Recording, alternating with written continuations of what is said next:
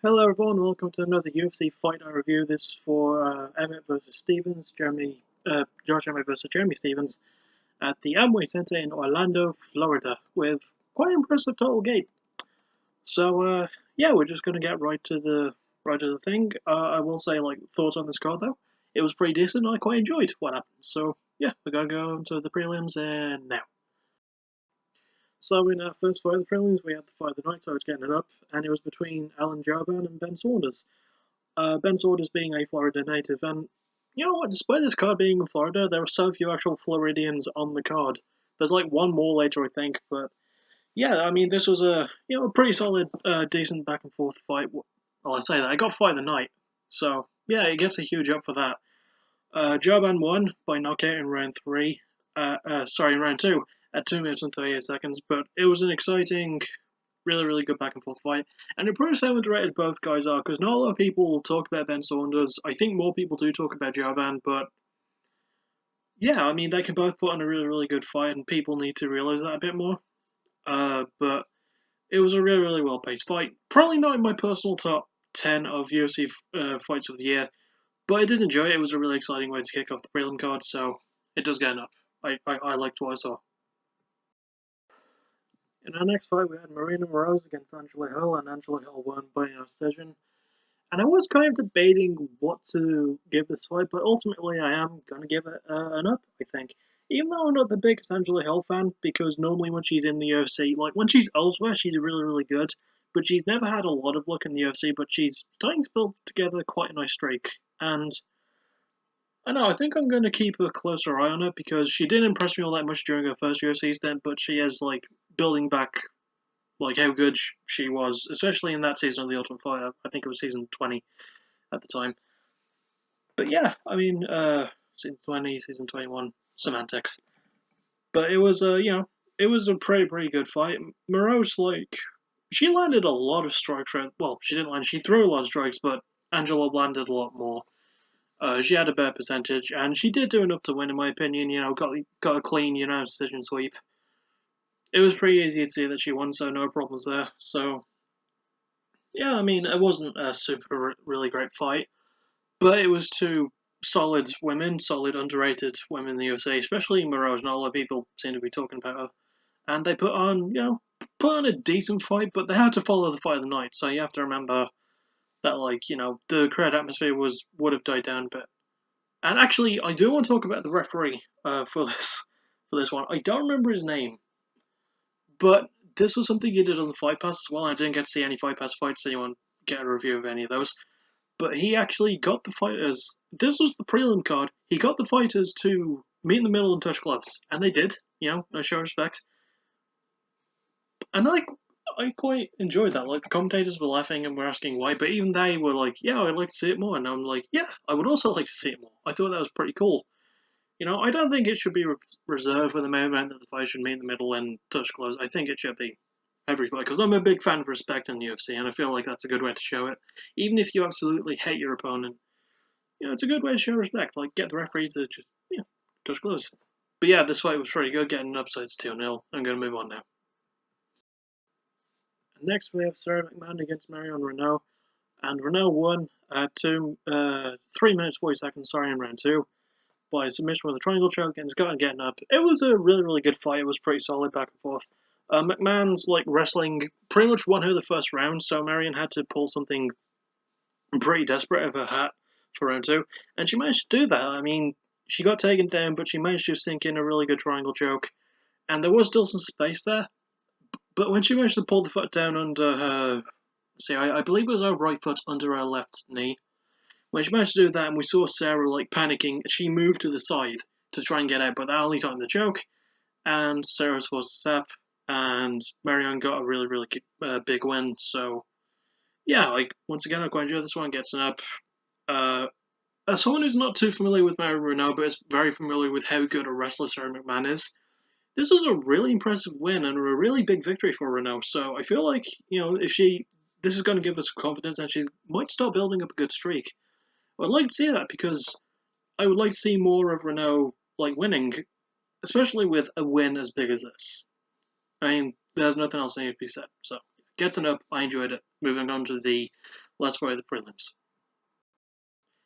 And we reached the prelims main event between Henan Barrera and Brian Kelleher, and it's gonna get a massive up. It went the distance with Kelleher winning by unanimous decision, but it was a really close fight. Like, Barrera was not backing down, and he showed how damn good he is. But Kelleher, who is a lot more unknown, this fight is probably going to be the one that makes him. I feel like I've reviewed him before, but I don't really remember, so you'll have to forgive me for that. But yeah, I mean, he really impressed me. Because that's his goal in life, is to impress some idiot who reviews the UFC on the internet.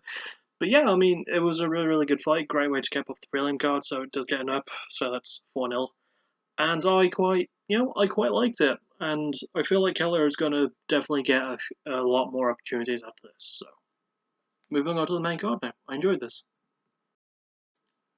We do start off the main card with quite possibly the only down of the night between Mike Perry and Max Griffin. And it's weird for me to give this fight a down because Max Griffin, really exciting fighter, Mike Perry, really exciting fighter. So when they got together, you would expect them to be more exciting. You would expect them to put on a more, like, noteworthy match, but it was just really one-sided on the side of Griffin. Like, he landed a cut early on Mike's hairline, like, on the left side, and it was bleeding bad, but, like, because of the cut being there, it wouldn't have gotten in his face, it wouldn't have blurred his vision. And I don't know, Mike Perry just seemed a lot slower than I'm used to seeing him. He's the other Floridian, by the way, and he lost by decision quite cleanly to Max Griffin. I think it was unanimous? Yeah. And Max Griffin definitely did do more than enough to get the victory. I have no problem with that. But I don't know, this was just kind of a one-sided fight, but it wasn't an exciting one. It didn't really get super exciting until maybe the last minute of round 3.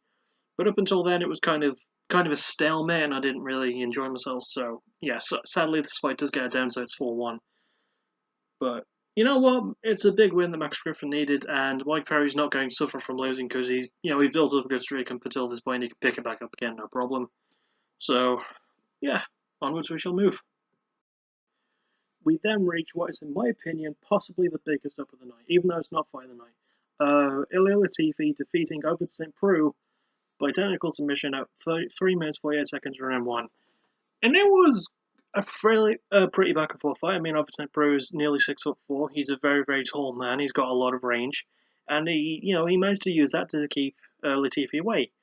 Then Latifi lived up to his nickname of the Sledgehammer and busted OSP with a vicious right hook, followed with a crap load more strikes, and eventually when OSP was trying to get back up, Latifi locked in a beautiful guillotine choke, and OSP went out like a freaking light. Like, he didn't even tap. He went to sleep. And it was a tight-ass guillotine choke. And it was one of the 2 performances of the night for Latifi, so really well done him. I've always liked Latifi. Once again, he's not one of those fighters that people talk about, but he's one that people should be talking about. He's got vicious power, and he's really underrated. He's kind of like the Swedish light heavyweight version of Yoel Romero, who was actually in the crowd for this card, by the way, as was Kamaru Usman. But yeah, he's like the light heavyweight version of Yoel Romero, but he showcases more control, I guess you could say. Because Romero can go a bit crazy, but that's why we like seeing him fight. But yeah, huge up to Latifi for getting this win. He's always been a fighter I've quite liked, even though I'm not too familiar with him. So, really well done. So that's 5-1. We're going to move on to the co-main event now. Now it's the co-main event between Jessica Andrade and Tecia Torres. Tecia the Tiny Tornado Torres, probably my favourite nickname because of all the illustration. And this fight's going to get a big up. Like, I personally thought that this probably should have gotten Fight of the Night. It probably might be in my top 10 of the year, even though it didn't win Fight of the Night by UFC standards. But I really enjoyed this one. And interestingly, I tried to say feel and think at the same time. I think that it's the first time that 2 openly gay women fighters have actually fought each other, because both, Jessica Andrade is married and her wife was with her in the corner, and Tecia Torres is married to Raquel Pennington, who was with her in her corner, and Raquel Pennington, lest we forget, is also a brilliant fighter. I really love seeing Raquel fight. So, yeah, this was extremely exciting. Andrade did do enough to win the decision, but it wasn't an easy win, and it was really, really close. And I really, really like this fight. You know, I feel like it should have gone fight of the night. It was super exciting, super back and forth. There was a lot of really great grappling exchanges, fantastic striking throughout, like especially the boxing. Like Andrade's boxing and Tecia's counters were just fantastic. I loved it. I enjoyed it. So it's 6-1 to the ups. So I enjoyed that. Oh, I guess 7-1 if you include the bonus up I gave to that referee who made fights touch gloves. Even though he actually had a fight, he actually refereed one of the main card fights and didn't make the fights touch gloves. I'm still going to give that referee an up anyway because that was nice of him. So that's 7-1. So we're going to move on to the main event now.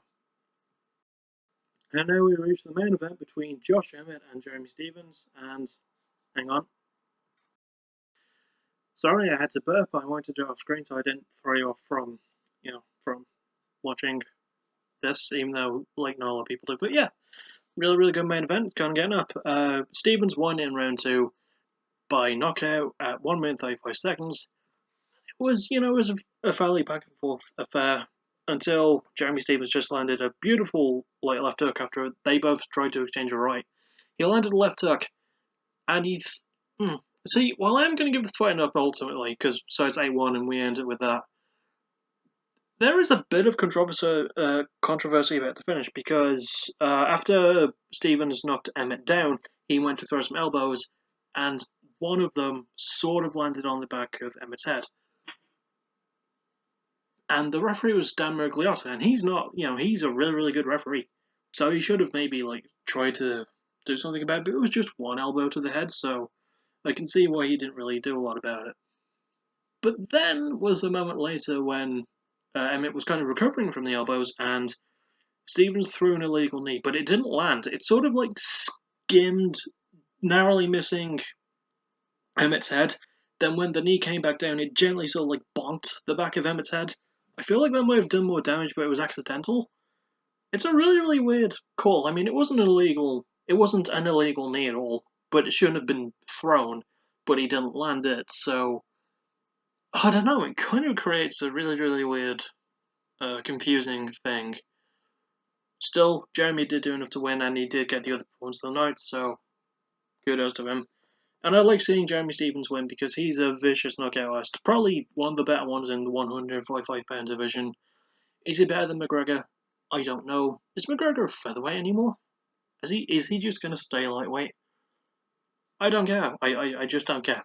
And with that, all in all, yeah, this was a pretty decent card. I quite enjoyed it. I mean, wasn't the greatest, and it was probably, I don't know, the last 3 I've reviewed, including this one, this is probably the one I would least want to watch, but I still enjoyed it. There was a good balance of finishes, there was a good balance of fights that went the distance, and most of those were really exciting. Even though there was only 4 fights on the prelims and 4 fights on the main card, and there were 4 fights on the Fight Pass, but I couldn't watch any of those. So, yeah, I don't really have a lot to say. I'll see you all not tomorrow, because I do have my While She Sleeps backtracking episode written, but I don't want to post it tomorrow. I want to post it on Tuesday instead, because I just don't want to give you too much of me. I feel like, you've suffered enough when it comes to me. So, yeah, you're going to get that on Tuesday instead, and I'll see you all then. And as always, thank you for listening. You're awesome. Bye bye.